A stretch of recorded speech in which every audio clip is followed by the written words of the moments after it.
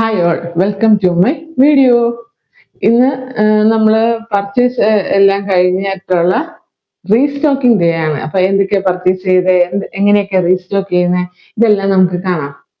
അപ്പൊ അതുപോലെ ഇതിന് മുമ്പത്തെ വീഡിയോസ് കാണാത്തവരും വേഗം പോയി കാണണേ, അത് മറക്കല്ലേ. സബ്സ്ക്രൈബ് ചെയ്യാത്തവര് സബ്സ്ക്രൈബ് ചെയ്യണം, ലൈക്ക് ചെയ്യാത്തവര് ലൈക്ക് ചെയ്യണം. അപ്പോ ഇന്നത്തെ വീഡിയോയിലോട്ട് കിടക്കാം. ഇതൊരു ഷോപ്പിംഗ് ബ്ലോഗായിരിക്കും. നമുക്ക് റാൻഡമായിട്ട് കുറേ സാധനങ്ങൾ കടയിലേക്ക് കയറാം. പോവാം. സൂപ്പർ മാർക്കറ്റിലേക്ക് ഞാനൊരു സ്ലിപ്പുമായിട്ടാണ് പോയത്.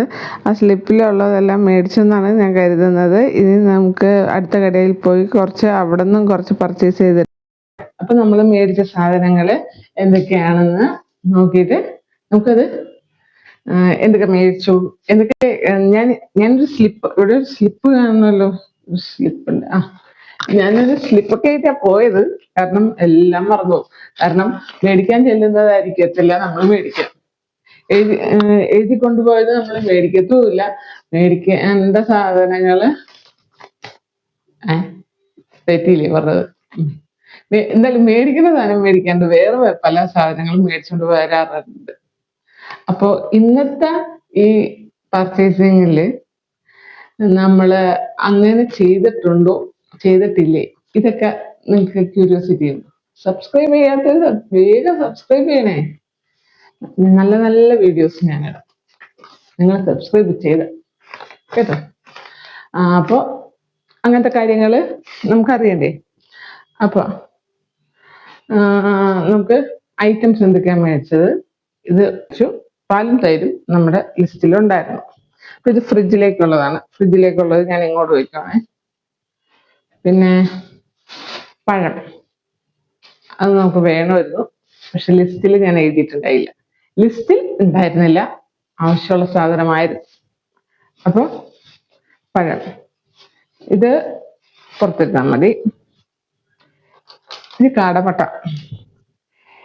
ഇത് വേറൊരു സാധനം മേടിക്കാൻ വേറൊരു കടയിൽ കണ്ടപ്പോ അവിടുന്ന് മേടിച്ച സാധനമാണ്.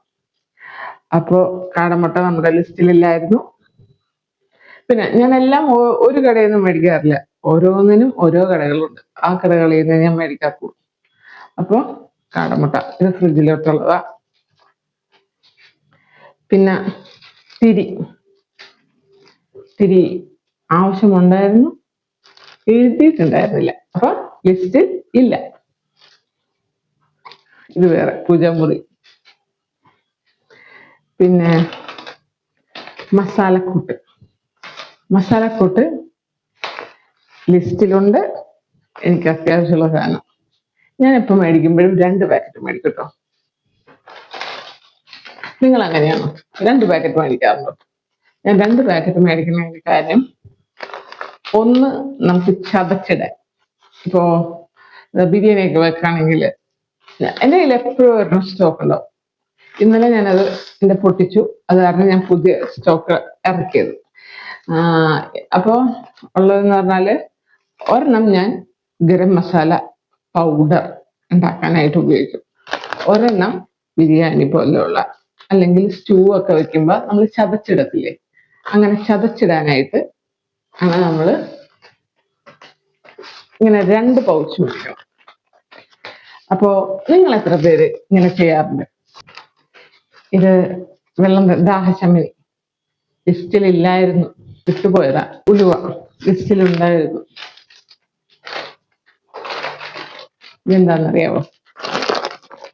ഇതെന്താണെന്നറിയാവുന്നവർ കണ്ടിട്ട് മനസ്സിലാവുണ്ടോ? എനിക്ക് കടയിൽ ചെന്നിട്ട് മനസ്സിലായില്ല, അത്രയ്ക്ക് തിക്കായിട്ട് ഒരു പാക്കേജാണ്. ഇത് നമ്മുടെ കുടംപുളി. ഞങ്ങളുടെ നാട്ടില് കുടംപുളി എന്ന് പറയും, ഇവിടെ തോട്ടുപുളി എന്ന് പറയും. നിങ്ങളുടെ നാട്ടിൽ എന്ത് പറയും? അടുത്തത് ഉപ്പ്, അത്യാവശ്യമാണ്, ലിസ്റ്റിലുണ്ടായിരുന്നു. ഇനി ഇരിക്കുന്നതെല്ലാം പച്ചക്കറി, വേറൊന്നുമില്ലല്ലോ, പച്ചക്കറികളാണ്. ഇത് ചീര മേടിക്കാൻ ഉദ്ദേശമില്ലായിരുന്നു, മേടിച്ചു. ഇതിലൊരു 2-3 പച്ചക്കറികൾ മേടിക്കാനേ എനിക്ക് ലിസ്റ്റിൽ ഉണ്ടായിരുന്നുള്ളൂ. ഇത് ലിസ്റ്റിലില്ലായിരുന്നു. ഇത് പടവലങ്ങ, മൈ ഫേവറേറ്റ്. നിങ്ങൾക്ക് ഇഷ്ടമാണോ പടവലങ്ങ? പിന്നെ വെളുത്തുള്ളി വെളുത്തുള്ളി വെളുത്തുള്ളി വേർത്ത് കവറിലിരുന്നിട്ട്.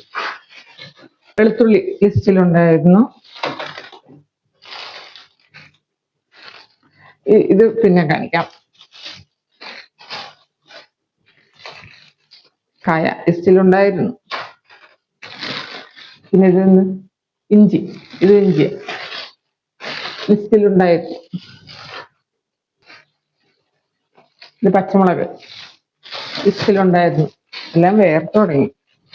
എല്ലാം മാറ്റണം ഇപ്പൊ തന്നെ, പകർത്തി വെക്കണം ഇപ്പൊ തന്നെ. ഇപ്പം മേടിച്ച സാധനങ്ങളൊക്കെ ഞാൻ മുട്ടയും പാലും തൈരും ഇപ്പൊ തന്നെ ഫ്രിഡ്ജിലാക്കി. മുട്ടയിൽ ഒരെണ്ണം പൊട്ടിയിട്ടുണ്ടായി, അപ്പൊ എല്ലാം വാഷ് ചെയ്ത് ട്രേയിലേക്ക് ആക്കി വെച്ചു. ഇത് ലിസ്റ്റിലില്ലായിരുന്നു, കണ്ടപ്പം മേടിച്ചതാ. ഇത് നമ്മുടെ കോവയ്ക്ക. മറ്റേ ഇതിൽ കിടപ്പുണ്ട്, ലാസ്റ്റ് കാണിക്കാന്ന് പറഞ്ഞത്. ഇതുണ്ടോ, ഇതും പച്ചമുളക് തന്നെ.